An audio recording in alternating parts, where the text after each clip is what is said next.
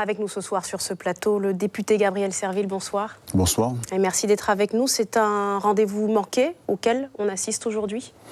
Je voudrais tout d'abord, si vous me le permettez, présenter aux téléspectateurs de Guyane et d'ailleurs mes vœux d'excellente année 2019, en commençant d'abord par le courage dont on aura tous besoin.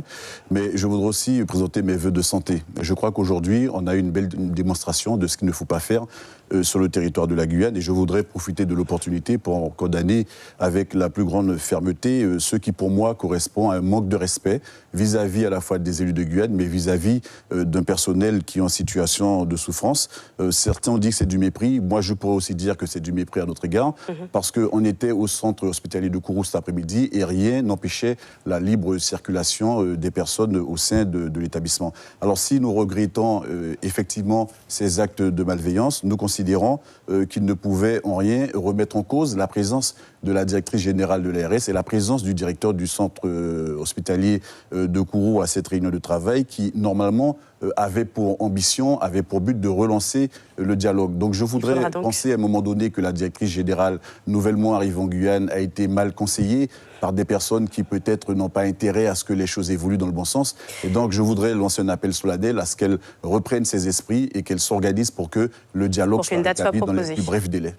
Parmi les grands dossiers auxquels vous serez confronté à Paris, notamment en tant que député Gabriel Serville, l'épreuve du vote du budget 2019 a été déjà particulièrement rude pour les ultramarins en fin d'année dernière. Les aides qui doivent permettre aux entreprises de se développer, de tenter de rattraper un certain retard économique aussi dans les Outre-mer, ont été revues, non pas supprimées finalement. Alors est-ce que le nouveau dispositif d'exonération de charges sera finalement adapté ou une moindre casse pour les entreprises ? Nous avons le sentiment que, par moments, le gouvernement est sourd et qu'il a tête de cécité par rapport aux demandes que nous formulons. Vous avez observé le combat rude, difficile que nous avons dû mener pour faire comprendre que la situation économique de la Guyane nécessitait effectivement que la ministre des Outre-mer et que le ministre des Comptes publics et du Budget analysent différemment les émanations de la base, les propositions qui émanaient de la base. Il se trouve qu'à l'arrivée, à un moment donné, on nous a dit que tout était nominal. En fouillant davantage, on s'est rendu compte qu'on n'y était pas du tout, que le compte n'y était pas du tout.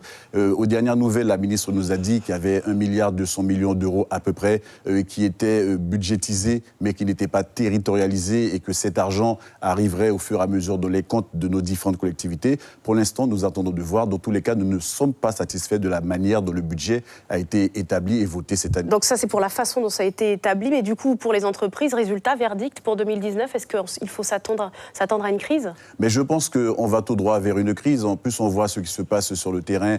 On voit les inquiétudes qui sont manifestées par les uns et les autres. On voit les manifestations qui ont lieu dans la France entière. C'est vrai qu'on pose la question de savoir pourquoi est-ce que les Guyanais n'y sont pas. On a dit simplement qu'on avait déjà anticipé en 2017, mais la solution, elle est à venir. Et je considère qu'au moment où je vous parle, on ne sait pas comment les choses vont évoluer.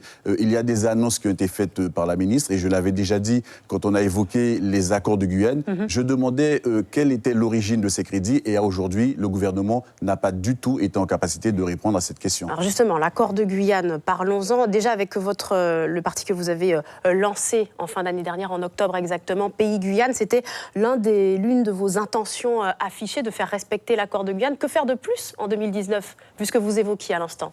Nous allons continuer à interroger le gouvernement, nous allons continuer aussi à discuter, à échanger avec la population, avec les corps constitués, avec les syndicats, parce que ça n'est pas l'affaire que d'un homme, ce n'est pas l'affaire que d'un parti politique. J'ai souvent dit à mes compatriotes guyanais que le combat, il doit être collectif. Il faudra co-construire la riposte, et nous considérons qu'aujourd'hui, plus que jamais, il nous faudra être vigilants, dans la mesure où l'accord de Guyane, ce n'est pas une décision qui va être tenue dans l'immédiat, c'est quelque chose qui va s'étaler dans la durée. Donc il faudra que nous soyons vigilants sur les 5-10 ans à venir. Vous projetez d'ores et déjà, Gabriel Serville, sur les élections de la CTG en 2021 ? Alors, on me prête des intentions pour la CTG. Moi, je vous dirais que je n'y pense pas particulièrement. Mais lorsqu'on crée un mouvement politique, c'est bien parce qu'on considère que la politique qui est menée actuellement sur le territoire de la Guyane n'a pas de vision réelle. On ne sait pas où va la Guyane. On ne sait pas sur quelle base on veut appuyer le développement. On ne sait pas comment faire pour juguler un certain nombre de problèmes. Donc, effectivement, c'est une question qui sera à l'ordre du jour des travaux du mouvement Pays Guyane. Et donc, vous serez éventuellement candidat ? Alors, je ne sais pas si je serai candidat, mais je sais qu'autour de moi, il y a des femmes et des hommes qui vont se préparer pour éventuellement être sur des listes à cette élection. Vous parliez de la politique menée en Guyane. Un processus était cristallisé en décembre, celui de l'évolution statutaire en décembre dernier avec la motion qui était adoptée. Mais au sortir de cette journée marathon, vous sembliez déjà ne pas trop y croire. Alors, en tout cas, dans le cadre administratif prévu par le Congrès des élus. Alors, qu'est-ce qui va se passer maintenant? Est-ce que vous abandonnez cette motion? Est-ce que vous y renoncez à cette idée-là? Je voudrais bien croire que la Guyane n'aura pas raté le coche.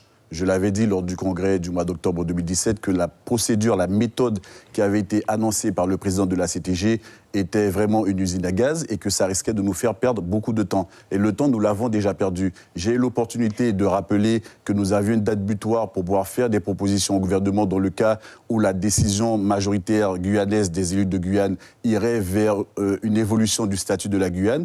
On n'a pas fait ce travail dans les délais. Mais donc pour vous, il est trop tard, c'est ça? Aujourd'hui, ce que l'on pourra faire, c'est peut-être apporter des petits pansements à la marge de nos institutions. Mais je considère que le problème véritablement qui est lié au statut de la Guyane, qui n'est pas du tout adapté à nos vérités, ce problème-là, il ne sera pas pris à bras-le-corps dans les délais nécessaires. Donc je crains véritablement qu'on ne soit passé à côté de quelque chose de fondamental.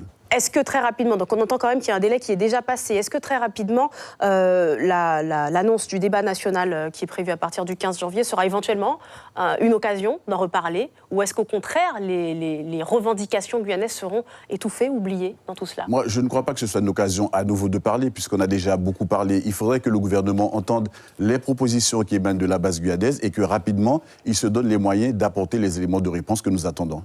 Donc vous y croyez quand même? J'y crois quand même parce que je suis élu pour continuer à y croire. Si moi je n'y croyais plus, je pense que ça serait vraiment dommage. J'invite mes amis de Guyane à faire en sorte que nous puissions ensemble hisser le pays Guyane au rang de carrefour mondial d'excellence. Ça n'est pas peu dire, c'est une manière de dire qu'il faudra dorénavant regarder le pays Guyane de manière différente, avec un regard nouveau. Mais ça va supposer que nous fassions tous des efforts pour pouvoir arriver à ce résultat final que nous escomptons tous. Merci beaucoup Gabriel Serville d'avoir répondu à nos questions. Suivez l'info sur Guyana Première, télé, radio et Internet.